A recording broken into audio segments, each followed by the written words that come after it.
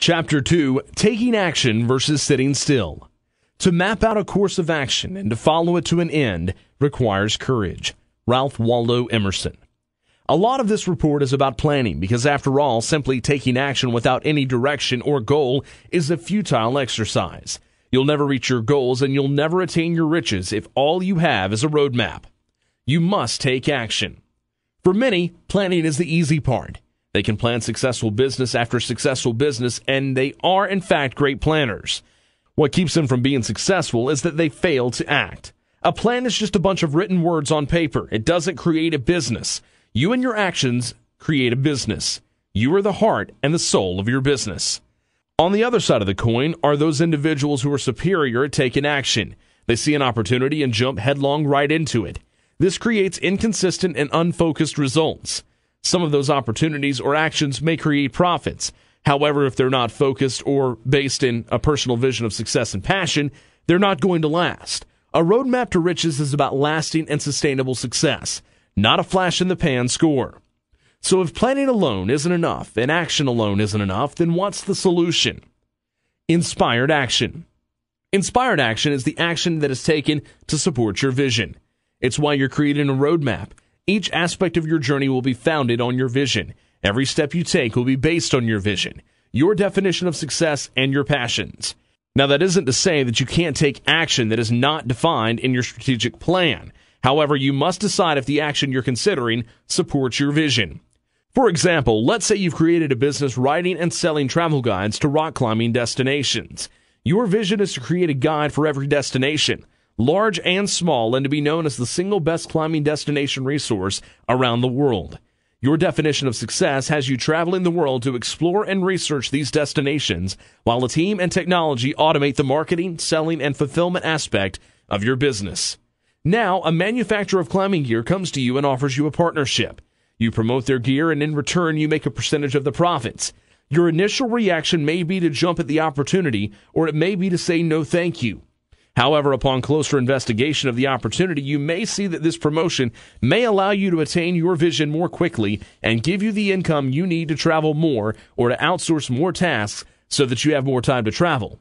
On the other hand, promoting this company may take more of the resources than you wish to allocate and therefore not the right opportunity for you. Careful analysis and ensuring that each action you take supports your vision will ensure a steady path on your roadmap to riches. Inspired action is your goal. As you're creating or defining your business, create a habit of asking yourself, is this action going to support my business vision? Taking action in baby steps or massive leaps, which is better? Just like there are people who prefer to plan instead of taking action or prefer to take action instead of plan, there are those who prefer to take small steps and those who love to take the large leap. It doesn't matter what your preference is or your action-taking personality. What is important is to recognize your action-taking personality and plan for it accordingly. Action in small steps. For many, large goals like $1 million in sales or even starting a new business are more easily achieved when broken down into smaller bites or steps. This is a great strategy to make the process seem manageable.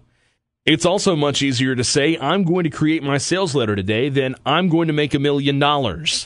As you create your roadmap and strategies to help you achieve your vision, it's important to create goals as well as systems and data to measure success.